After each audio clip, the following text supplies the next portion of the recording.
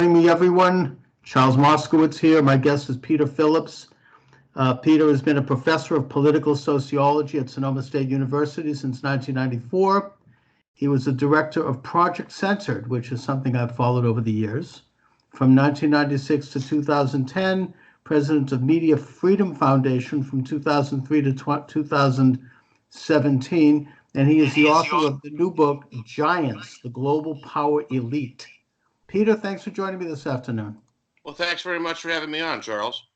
You know, Peter, your book seems to pick up where C. Wright Mills left off in his seminal work of the 1950s, The Power Elite, which was about America and the kind of loose collection of wealthy elites who shaped our society both openly and not so openly. And you bring it up to a more international level. So talk a little bit about your thesis and how you arrived at it. Well, C. Wright Mills was writing in the 50s, and he was one of the first sociologists to talk about a power elite in the United States. I mean, other people had written about the upper class and things like that, but he really kind of laid it out, and he said there's a structure to it that includes, high elites in the business and government and the military, and kind of a post-World War II thing. And he, in a sense, sociology began to become kind of radicalized in the 60s, looking at these issues. And a lot of people were engaged, particularly William Domhoff, Bill Domhoff, at UC Santa Cruz. He wrote a book called Who Rules America, where he laid out the nature of the upper class and who they were in the United States. And then a number of researchers looked at various aspects of power in the country, the Council of Foreign Relations, a number of different groups. All that was great, but what happened in the 70s during the Carter administration was we see another crisis in capitalism. Profits aren't increasing, and this time the response from capitalists was to globalize. And that's what's been going on since that time. We've been globalizing, engaging in business investments worldwide. And that has changed the nature of the global power, of the power elite. They're now transnational. So we start to use the terminology 20 years ago, the transnational capitalist class. And my book is a look at the core of that, which is all about capital. So there's 17 giant investment companies, banks, and just straightforward investment companies that have over $1 trillion of investment capital that they manage. And those 17 are all invested in each other. So it's one big cluster connection of global capital. They're invested literally everywhere in the world, or want to be everywhere in the world. And there's only 199 people that manage those 17 firms. In 2017, they were controlling $41 trillion worth of wealth. Now it's closer to 50 trillion. And we call this the financial core of global capitalism, not only the people, but the money. So governments, intelligence agencies, the American NATO empire in the world is there to protect this centralized capital and allow it to grow and expand. You know, in a way, what you seem to be talking about is what President Eisenhower tried to sort of blow the whistle on in his last day in office, when he made reference to the military-industrial complex, something that he knew a lot about because he was sort of a part of it, and that he talked about this kind of informal collusion, if you will, between big business, multinational business, and government and other sectors, and that we should be aware of it. And you also, in your book, you name names. You get into who these people are. Can you talk a little bit about that? Well, I think it's important. I mean, it's one thing to theorize a transnational capital class. It's another thing to say, these are the people managing this $50 trillion worth of wealth. There's only 199 of them. We name them, We Mm-hmm. say who they are, where they live, where they went to college, how they're interconnected with each other. And they literally all know each other personally or know of each other in a very real way because they're all watching what each of these 17 companies are doing. And then there's, literally hundreds of other investment companies under $1 trillion. And last year, there were 3 new ones at $1 trillion. So there's this capital, the control of money and the financialization of the world literally is just ongoing. Now there's a couple big problems with this. One, they have more capital and they've got safe places to invest it. So that can lead to speculative investments like the subprime mortgage loans and that kind of thing, which literally almost brought down the entire system in 2008. The other area that they try to buy up anything that they can get a return on. So that's public resources. So the privatization of water and utilities and and highways and universities, anything they can get a return on, they're going to try to buy up and privatize. And this is land worldwide. I mean, it's quite amazing where they invest and what they do. So there's a privatization of the world going on through this process. And they still have more capital than they have good, safe places to input it. So one of the permanencies of this crisis of capitalism is war. We're literally in permanent war today, and it spends money. They make a profit on it. They blow things up and they fix them. It's an elaborate scheme, literally, to continue to have profits and grow and prosper for the 1% of the people in the world. And that's, in a sense, I mean, you think, well, that's conspiratorial. It's not a conspiracy. It's how capital is structured. It has to keep growing. If it doesn't grow, then it stagnates and we have economic collapse.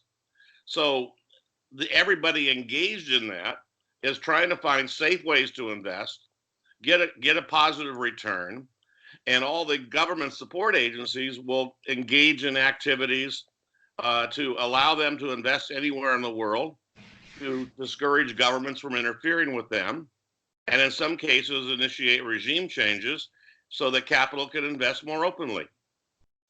I think your thesis is quite right, and I think it is conspiratorial, but we're all conditioned to view anything that's conspiratorial as kooky and crazy and that there's something wrong with us. But yet, your position and your thesis, I find it's one that sort of exists both on the left and on the right.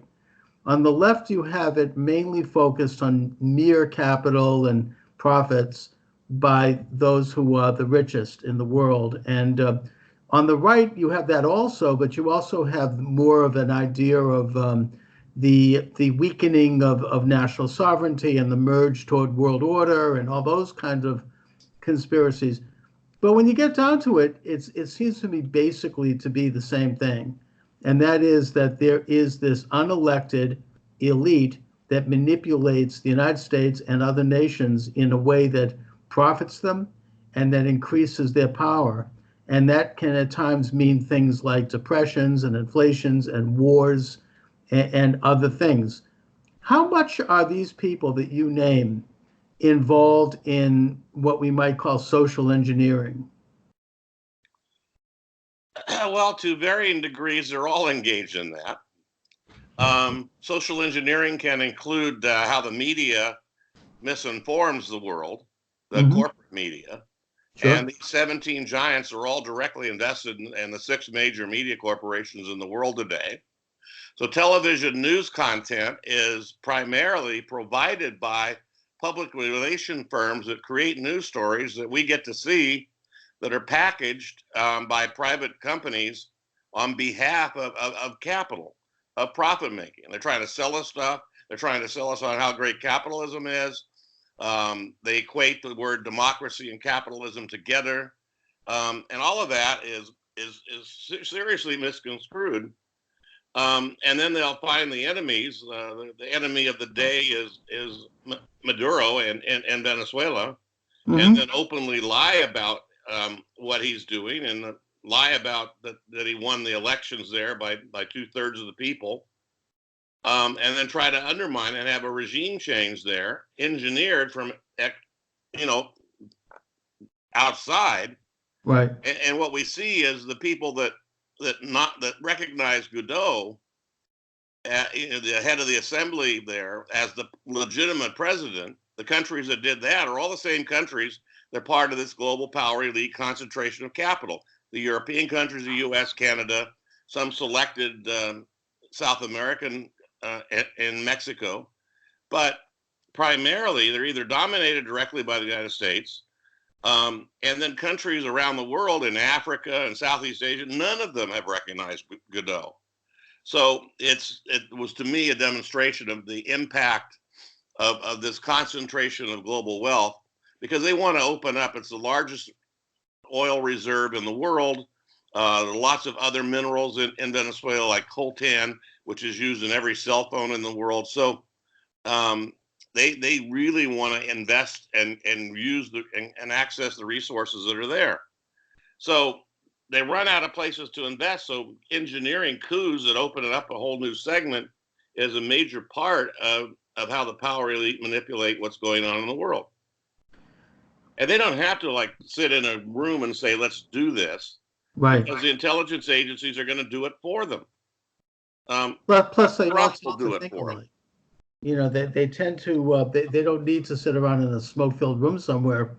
You know, they all think alike. And I think that maybe it's my more conservative take on it, but I see this as going back to really World War I and the emergence of what was euphemistically called at the time the Anglo-American establishment, that goes back to Cecil Rhodes and a kind of a coordination between British and American very big businesses like the Rockefellers and whatnot.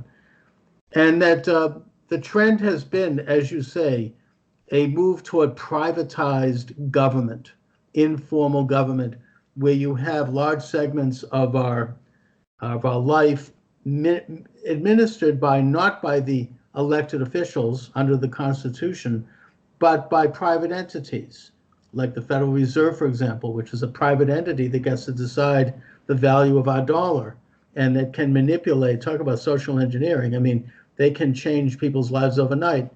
And big group, you mentioned the Council on Foreign Relations, they tend to decide things like war and peace, and they influence the federal government. Every Secretary of State, starting with, I think, in the Roosevelt administration, has been a member of it. Hillary Clinton referred to it in a speech while she was Secretary of State as the mothership. And that they tend to, decide, along with the British, Chatham House and other of these sort of foreign policy groups, where we're going to go to war next. And that their boards of directors are made up of these very same people that you're talking about, big multinational wealth combines who are into money and who are into informal government. They're into sort of running governments without formally being a part of the government. In some cases, that's deliberate. And as we look at the transnational nature of that, there's 3 organizations in my book that we talk about. Mm-hmm. One is what's called, it's the Council of 30. And it's based in Washington, D.C. It's 32 of the top central bankers in the world, funded privately, that make policy recommendations to the World Bank, to various treasuries around the world, that are seen as instructions, not so much as policy. But if the Council of 30 says do this, it's done. And tied closely into that is the private nature of the Trilateral Commission. Mm-hmm. Formed in 73 with Rockefeller money and Brzezinski. They went to Bilderberg Group and in Europe and attended there, and thought, we need to do that here in the U.S. So they formed the Trilateral Commission, which was originally Japanese, European, and American policy top business people, corporate heads. Now it's 400 people in 40 nations worldwide. They meet annually, and then they meet regionally in Europe and Asia and the U.S. And if anybody's in the council, the Trilateral Commission, and they go into government, then they're asked to resign and someone else will come in. So it's very private. It's only big business people that are involved in that. And they set policy recommendations that are looked at very seriously by the White House, the CIA, England, Germany, France, worldwide. And then there's the security element of this, and it's called the Atlantic Council, which is made up of NATO nation members, but it's also private, non-governmental funded. And they're the ones that have been increasingly in the paper making recommendations about censorship on the internet, and very engaged in that, and say certain sites just shouldn't be there. We have to get rid of them. They're lying. And they're the ones that have been targeting Russia and really negatively laying out how bad Russia is, how Putin needs to be forced out. They're open about wanting a regime change in Russia. Right. And Putin's very aware of that too. So the Atlantic Council is the security group, transnational group, making policy recommendations for worldwide security. What you're saying reminds me of, and I can't name the specifics, but it was during the Obama administration that President Obama started lobbing missiles at Libya, and there was a congressional meeting about it, and it was a congressman who asked the Secretary of Defense, he said, "Where did you get the authorization to launch this war? We didn't authorize it. Congress is supposed to authorize this. Article 1, Section 8 of the Constitution." And his answer was, well, we don't need Congress to authorize it. We went to NATO. And no one really knew why they were doing this.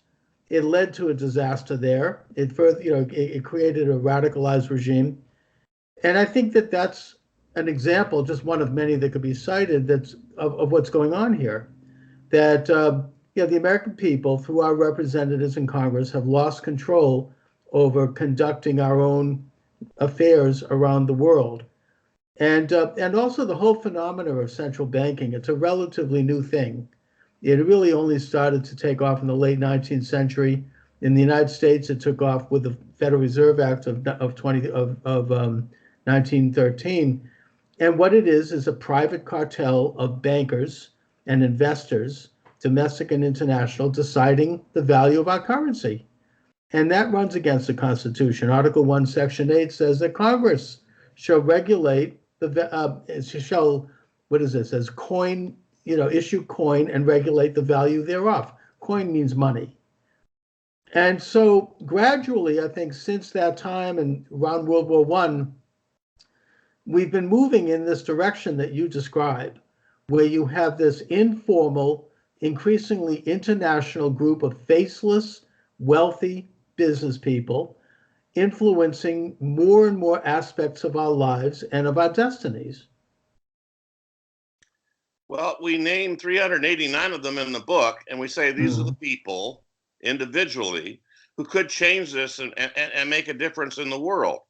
And I think what we're looking at is a crisis, not only of capitalism, but a crisis of humanity. Environmentally, we're in great danger. That's massive. And we have the inequality in the world today is just magnifying. It's just getting even greater and greater.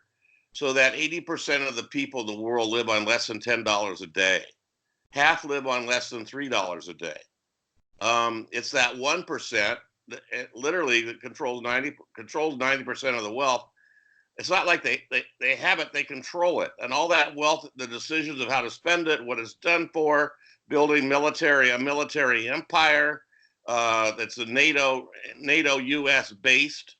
And NATO is interesting because it's in their charter that the head of NATO always has to be a US military general. Right. Excuse my phone here, sorry. No, that's okay. I think the point's well taken. I mean, NATO is like virtually a standing army. And you also mentioned how they manipulate the media. They've consolidated control. Whether we like him or not, President Trump, I think, accurately has tried to call out fake news. And recently, even I think it was yesterday, he's in Japan meeting the prime minister, and the editor of Time magazine, who's not a well-known name, but he went out with this tweet with a completely false story. He said, President Trump said that Kim Jong-un would be a better president of the United States than sleepy Joe Biden. Now, he completely made that up. But the problem, and he apologized for it the next day when Trump called him out and said that said it in jest. He said it was supposed to be humorous. But the fact is that that was picked up by Nancy Pelosi, who retweeted it, and by Schiff, who retweeted it, and several of the enemies of Trump, and also internationally it was picked up. And it became like almost a standard story. And I'm only bringing this up to illustrate how and he's not going to be fired. Nothing will come of it. He's fine. The point I'm making here is that the media can manipulate something if they don't like someone. And it's one thing to criticize legitimately policy, and, certainly that's freedom of the press, but to make something up whole cloth and to go out with that, and then to have that boomerang around the world through the internet, that's a serious problem. I mean, I think that gets to this issue of media manipulation, and we could talk about that going on all sides. I'm just bringing this up as one example, but I mean, how they're shaping our perceptions. I mean, you're a sociologist, political sociologist. You might want to comment on how the media now is more involved than ever in shaping how we perceive the world, how we perceive each other. Well, that's absolutely true. And I had 14 years with Project Censored and put out 14 books on what wasn't being covered by the news every year. And Right. That project's still ongoing, and it's going on. It'll be excellent project. I've relied on it over the years. Yeah. And what's amazing about this, and when we look at how corporate media is marketing and presenting information, it's tightly controlled. It's all about protecting global capital. It's about convincing you to buy things. And then it's convincing you that the way the capital system is working is the only way that's possible. And that we have to continue to do this. And then lying about anybody who's in opposition to that. Now, Trump is meeting the needs of global capitalism. He certainly allowed for the repatriation of profits. He changed the tax laws. They have rewritten the regulations on investments that Obama put in place after 2008. They serve the White House, and I'd say the same thing for Obama. It serves Wall Street, and it's very deliberate. I mean, they want to protect their profits and their actions. So it's not just the White House; it's the entire government. Right. And then they meet in a variety of places and make plans and discuss issues. Of course, transnationally, it's at Davos every year. The top 1,000 corporations can send 5 people. Right. One of them has to be a woman. And, they meet, thousands of them meet every year in January. The Bohemian Grove, just a few miles from where I live, has 2,400 members in the Grove. They're people from all over the country, mostly California, but all over. And then every year they'll have 700 guests. And so a very strange group of people, events going on over there. And well, it's a fraternity ritual sort of thing. But yeah, and then there's the Bilderberg. The Bilderbergers meet once a year in Europe, and it's the same thing. You have the top elite multinational people, Bill Gates, the very wealthiest, meeting and rubbing shoulders with the heads of state. And there's kind of this, they come out with some sort of a statement which is very secretive. And this is how this whole thing seems to work. Now, what can be done? I mean, here we are doing this little radio, this internet show. Their internet is being increasingly censored, which is really something I'm not surprised about. I mean, when I got into this, I thought, here's a great format for free speech, but I now know that that's not exactly true. But another thought I have about this is that you talk about the growing gap between rich and poor.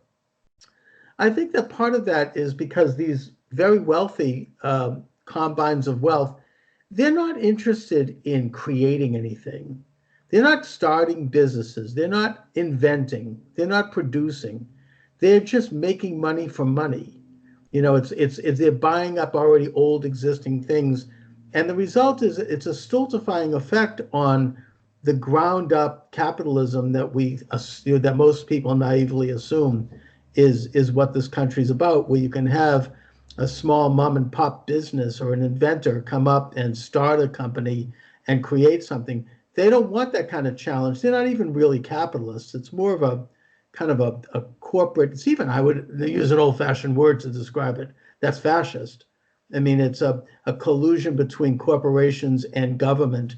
I mean, Mussolini had a corporation of, council of corporation to help him run the country as opposed to a Congress. You had monopolistic corporations in Italy who worked hand in glove with him and his government, and they were able to have monopolies on various sectors of the economy. I'm not saying that we're at that point, but in a more informal sense, off of the official government, it is moving in that direction, and it's crushing regular business and the ability to compete and the ability to create capital and to create business.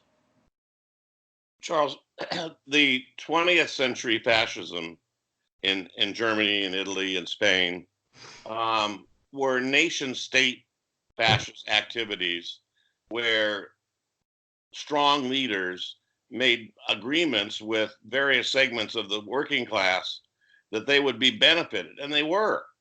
And they would have scapegoats and that sort of thing that would go along with that, but there was a benefit to certain segments.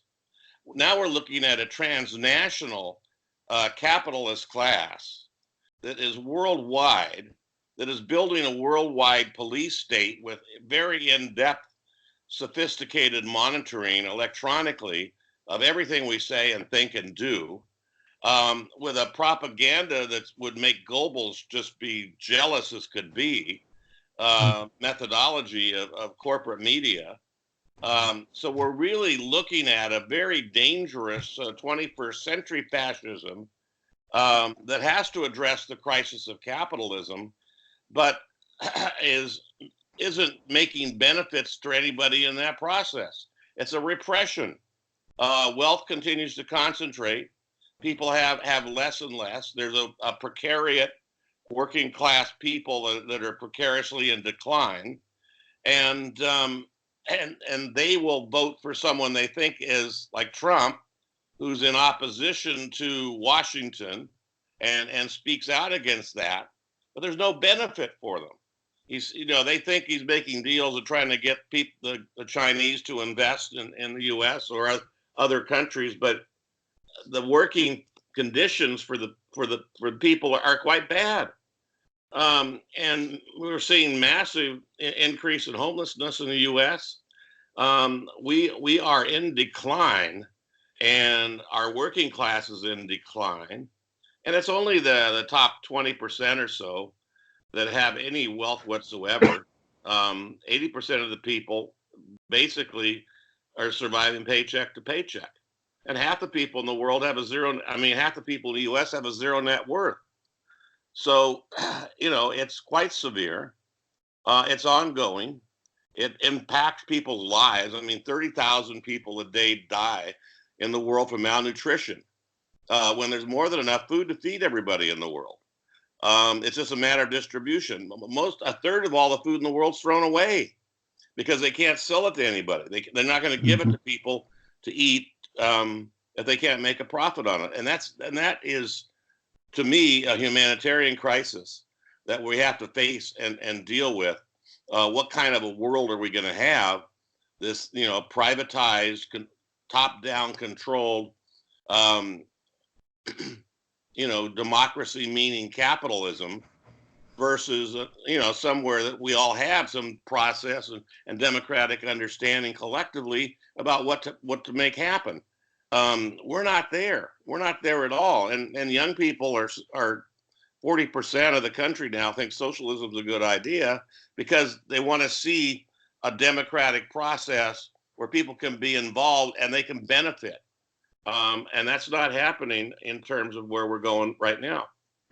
Well, I mean, I agree with the broad thesis here, and I certainly do think that President Trump is a part of the establishment. However, I think less so than recent presidents. And on specifics, I do think at least he's giving voice to certain principles that I think would lead to more prosperity for average people. I mean, I think that the business of protecting American industry and labor versus, allowing foreign nations to dump products.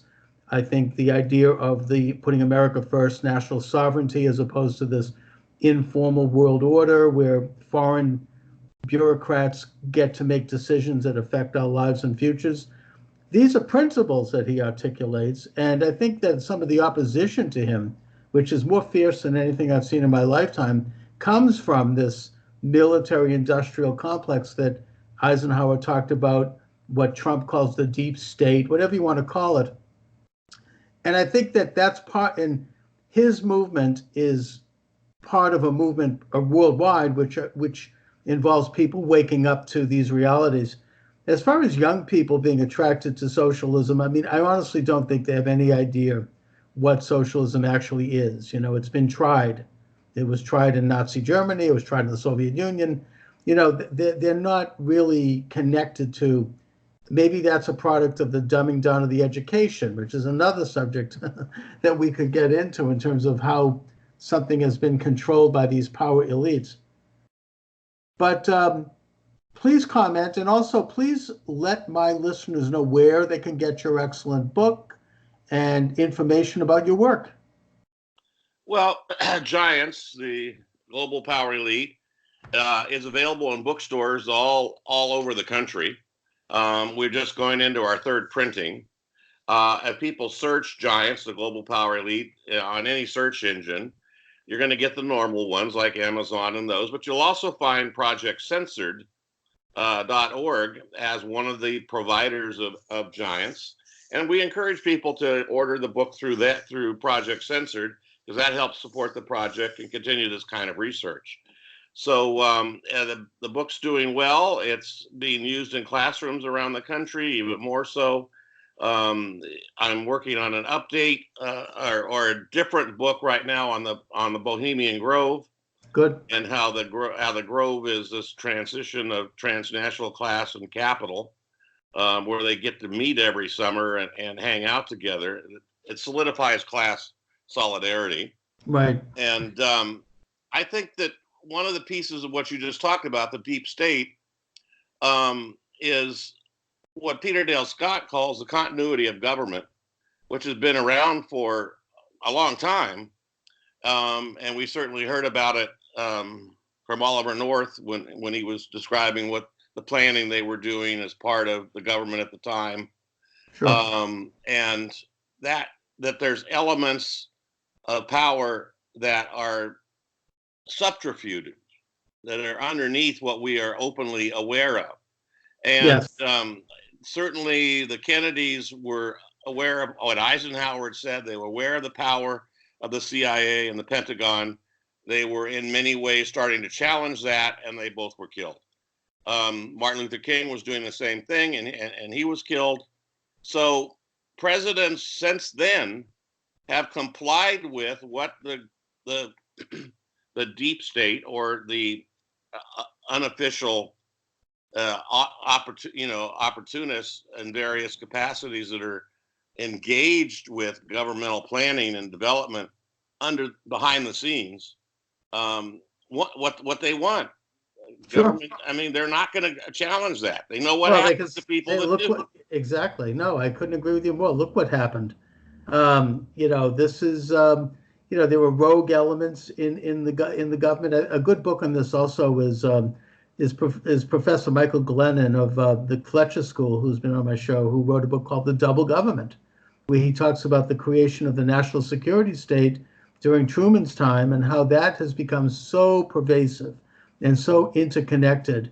And it's part of the picture. It's impossible to put the whole picture in place, but we've put in a few pieces of the puzzle, and your book certainly does a good job of filling in a lot of the blanks. And so, Peter, I congratulate you on your work.